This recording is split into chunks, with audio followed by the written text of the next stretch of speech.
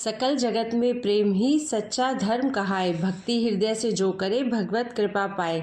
हरे कृष्णा। आप सभी का दिन शुभ हो और मंगलमय हो। भगवान श्री कृष्ण की कृपा सदा सर्वदा आप सभी पर बनी रहे। भगवान श्री कृष्ण ने इस अध्याय में बताया है कि ज्ञान और कर्म से भी श्रेष्ठ भक्ति का मार्ग है। यह सरल, सुलभ और हर किसी के लिए उपयुक्त है। भक्ति में ईश्वर के प्रति प्रेम, समर्पण और विश्वास ही सबसे महत्वपूर्ण है। और चाहे कैसी भी परिस्थिति हो, अगर हमें ईश्वर पर अड़िग विश्वास है और हम उनसे प्रेम रखते हैं तो हमारी सभी समस्याओं का समाधान हो सकता है। श्री महादेव जी कहते हैं, पार्वती दक्षिण दिशा में कोल्हापुर नाम का एक नगर है जो सब प्रकार के सुखों का आधार, सिद्ध महात्माओं का निवास स्थान तथा सिद्धि प्राप्ति का क्षेत्र है।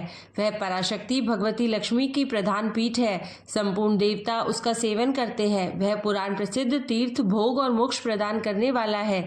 वहाँ करोड़ों तीर्थ और शिवलिंग है। रुद्र गया भी वहाँ है। वह विशाल नगर लोगों में बहुत विख्यात है। एक दिन कोई युवक पुरुष नगर में आया। वह कहीं का राजकुमार था। उसके शरीर का रंग गोरा, नेत्र सुंदर, ग्रीवा शंख के समान, कंधे मोटे, छाती चौड़ी तथा भुजाएं बड़ी बड़ी थी। नगर में प्रवेश करके सब और महलों की शोभा निहारता हुआ वह देवेश्वरी महालक्ष्मी के दर्शनार्थ उत्कंठित हो मणिकंठ तीर्थ में गया और वहां स्नान करके उसने पितरों का तर्पण किया। फिर महामाया महालक्ष्मी जी को प्रणाम करके भक्ति पूर्वक स्तवन करना आरंभ किया। राजकुमार बोला, जिसके हृदय में असीम दया भरी हो, जो समस्त कामनाओं को देती तथा अपने कटाक्ष मात्र से सारे जगत की रचना, पालन और संहार करती है, उस जगन्माता महालक्ष्मी की जय हो। जिस शक्ति के सहारे, उसी के आदेश के अनुसार परमेष्ठी ब्रह्मा सृष्टि रचते हैं, भगवान अच्युत जगत का पालन करते हैं तथा भगवान रुद्र अखिल विश्व का संहार करते हैं, उस सृष्टि, पालन और संहार की शक्ति से संपन्न भगवती पराशक्ति का मैं भजन करता हूँ।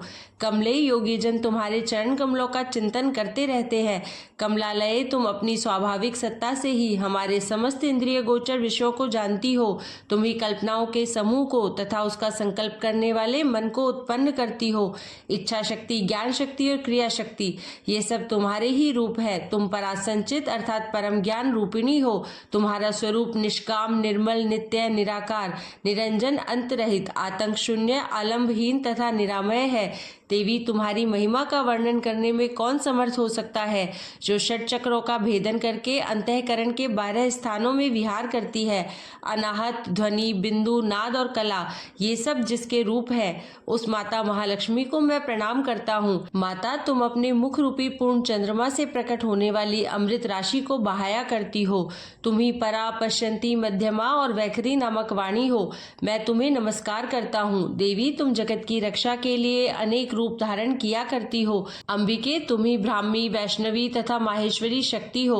वाराही, महालक्ष्मी, नारसिंगी, इंद्री, कौमारी, चंडिका, जगत को पवित्र करने वाली लक्ष्मी, जगन्माता सावित्री, चंद्रकला तथा रोहिणी भी तुम ही हो। परमेश्वरी, तुम भक्तों का मनोरथ पूर्ण करने के लिए कल्पलता के समान हो। मुझ पर प्रसन्न हो जाओ। उसके इस प्रकार स्तुति करने पर भगवती महालक्ष्मी अपना साक्षात स्वरूप धारण करके बोली, राजकुमार, मैं तुमसे प्रसन्न हूँ। तुम कोई उत्तम वर मांगो। राजपुत्र बोला, माँ, मेरे पिता राजा बृहद्रथ अश्वमेध नामक महान यज्ञ का अनुष्ठान कर रहे थे। वे दैव योग से रोगग्रस्त होकर स्वर्गवासी हो गए। इसी बीच में यूप में बंधे हुए मेरे यज्ञ संबंधी घोड़े को, जो समूची पृथ्वी की परिक्रमा करके लौटा था, किसी ने रात्रि में बंधन काट कर कहीं अन्यत्र पहुंचा दिया। उसकी खोज में मैंने कुछ लोगों को भेजा था, किंतु वे कहीं भी उसका पता न पाकर जब खाली हाथ लौट आए हैं, तब मैं ऋत्विजों से आज्ञा लेकर तुम्हारी शरण में आया हूँ। देवी, यदि तुम मुझ पर प्रसन्न हो तो मेरे यज्ञ का घोड़ा मुझे मिल जाए, जिससे यज्ञ पूर्ण हो सके, तभी मैं अपने पिताजी का ऋण उतार सकूंगा। शरणागतों पर दया करने वाली जगत जननी लक्ष्मी, जिससे मेरा यज्ञ पूर्ण हो, वह उपाय करो। भगवती लक्ष्मी ने कहा, राजकुमार, मेरे मंदिर के दरवाजे पर एक ब्राह्मण रहते हैं, जो लोगों में सिद्ध समाधि के नाम से विख्यात है। वे मेरी आज्ञा से तुम्हारा सब काम पूरा कर देंगे। महालक्ष्मी के इस प्रकार कहने पर राजकुमार उस स्थान पर पर आए जहाँ सिद्ध समाधि रहते थे। उनके चरणों में प्रणाम करके राजकुमार चुपचाप हाथ जोड़कर खड़े हो गए। तब ब्राह्मण ने कहा, तुम्हें माताजी ने यहाँ भेजा है। अच्छा देखो, अब मैं सारा तुम्हारा अभिष्ट कार्य सिद्ध करता हूँ। यों कहकर मंत्रवेत्ता ब्राह्मण ने सब देवताओं को वहीं खींचा। राजकुमार ने देखा, उस समय सब देवता हाथ जोड़े थर थर कांपते हुए वहां उपस्थित हो गए। तब उन श्रेष्ठ ब्राह्मण ने समस्त देवताओं से कहा, देवगण, इस राजकुमार का अश्व जो यज्ञ के लिए निश्चित हो चुका था, रात में देवराज इंद्र ने चुराकर अन्यत्र पहुंचा दिया है, उसे शीघ्र ले आओ। तब देवताओं ने मुनि के कहने से यज्ञ का घोड़ा लाकर दे दिया। इसके बाद उन्होंने उन्हें जाने की आज्ञा दी। देवताओं का आकर्षण देखकर तथा खोए हुए अश्व को पाकर राजकुमार ने मुनि के चरणों में प्रणाम करके कहा, महर्षि, आपका यह सामर्थ्य आश्चर्यजनक है। आप ही ऐसा कार्य कर सकते हैं, दूसरा कोई नहीं। ब्राह्मण, आप मेरी प्रार्थना सुनिए। मेरे पिता राजा बृहद्रथ अश्वमेध यज्ञ का अनुष्ठान आरंभ करके दैवयोग से मृत्यु को प्राप्त हो गए हैं। अभी तक उनका शरीर तपाए हुए तेल में सुखाकर मैंने रख छोड़ा है। आप उन्हें पुनः जीवित कर दीजिए। यह सुनकर महामुनि ब्राह्मण ने किंचित मुस्कुराकर कहा, चलो, वहां यज्ञ मंडप में तुम्हारे पिता मौजूद है, चले। तब सिद्ध समाधि ने राजकुमार के साथ वहां जाकर जल अभिमंत्रित किया और उसे शव के मस्तक पर रखा। उसके रखते ही राजा सचेत होकर उठ बैठे। फिर उन्होंने ब्राह्मण को देखकर पूछा, धर्म स्वरूप आप कौन हैं? तब राजकुमार ने महाराज से पहले का सारा हाल कह सुनाया। राजा ने अपने को पुनः जीवन दान देने वाले ब्राह्मण को नमस्कार करके पूछा, ब्राह्मण, किस पुण्य से आपको यह अलौकिक शक्ति प्राप्त हुई है? उनके यों कहने पर ब्राह्मण ने मधुरवाणी में कहा, राजन, मैं प्रतिदिन आलस्य रहित होकर गीता के 12वें अध्याय का जप करता हूँ। उसी से मुझे यह शक्ति मिली है जिससे तुम्हें जीवन प्राप्त हुआ है। यह सुनकर ब्राह्मणों सहित राजा ने उन महर्षि से गीता के 12वें अध्याय का अध्ययन किया। उसके महात्म्य से उन सबकी सद्गति हो गई।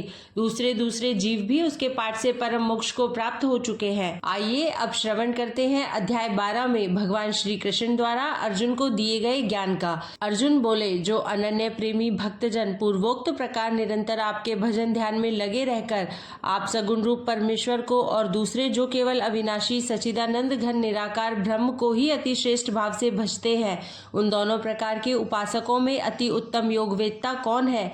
श्री भगवान बोले, मुझ में मन को एकाग्र करके निरंतर मेरे भजन ध्यान में लगे हुए जो भक्तजन अतिशय श्रेष्ठ श्रद्धा से युक्त होकर मुझ सगुण रूप परमेश्वर को भजते हैं, वे मुझको योगियों में अति उत्तम योगी मान्य है। परंतु जो पुरुष इंद्रियों के समुदाय को भली प्रकार वश में करके मन बुद्धि से परे सर्वव्यापी एकथनीय स्वरूप और सदा एक रस रहने वाले नित्य अचल निराकार अविनाशी सच्चिदानंद घन ब्रह्म को निरंतर एक ही भाव से ध्यान करते हुए भजते हैं, वे संपूर्ण भूतों के हित में रत और सब में समान भाव वाले योगी मुझको ही प्राप्त होते हैं। उन सच्चिदानंद घन निराकार ब्रह्म में आसक्त चित्त वाले पुरुषों के साधन में परिश्रम विशेष है, क्योंकि देहाभिमानियों के द्वारा अव्यक्त विषयक गति दुख पूर्वक प्राप्त की जाती है। परंतु जो मेरे परायण रहने वाले भक्तजन संपूर्ण कर्मों को मुझे अर्पण करके मुझ सगुण रूप परमेश्वर को ही अनन्य भक्ति योग से निरंतर चिंतन करते हुए भजते हैं, हे अर्जुन, उन मुझ में चित्त लगाने वाले प्रेमी भक्तों का मैं शीघ्र ही मृत्यु रूप संसार समुद्र से उद्धार करने वाला होता हूँ। मुझ में मन को लगा और मुझ में ही बुद्धि को लगा, इसके उपरांत तू मुझ में निवास करेगा, इसमें कुछ भी संशय नहीं है। यदि तू मन को मुझ में अचल स्थापन करने के लिए समर्थ नहीं है तो हे अर्जुन, अभ्यास रूप योग के द्वारा मुझको प्राप्त होने के लिए इच्छा कर। यदि तू उपर्युक्त अभ्यास में भी असमर्थ है तो केवल मेरे लिए कर्म करने के ही परायण हो जा। इस प्रकार मेरे निमित्त कर्मों को करता हुआ भी मेरी प्राप्ति रूप सिद्धि को ही प्राप्त होगा। यदि मेरी प्राप्ति रूप योग के आश्रित होकर उपर्युक्त साधन को करने में भी तू असमर्थ है तो मन बुद्धि आदि पर विजय प्राप्त करने वाला होकर सब कर्मों के फल का त्याग कर। मन को न जानकर किए हुए अभ्यास से ज्ञान श्रेष्ठ है, ज्ञान से मुझ परमेश्वर के स्वरूप का ध्यान श्रेष्ठ है और ध्यान से भी सब कर्मों के फल का त्याग श्रेष्ठ है, क्योंकि त्याग से तत्काल ही परम शांति होती है। जो पुरुष सब भूतों में द्वेष भाव से रहित, स्वार्थ रहित, सबका प्रेमी और हेतु रहित दयालु है तथा ममता से रहित, अहंकार से रहित, सुख दुखों की प्राप्ति में सम और क्षमावान है, अर्थात अपराध करने वाले को भी अभय देने वाला है, तथा जो योगी निरंतर संतुष्ट है, मन इंद्रियों सहित शरीर को वश में किए हुए है और मुझ में दृढ़ निश्चय वाला है, वह मुझ में अर्पण किए हुए मन बुद्धि वाला मेरा भक्त मुझको प्रिय है।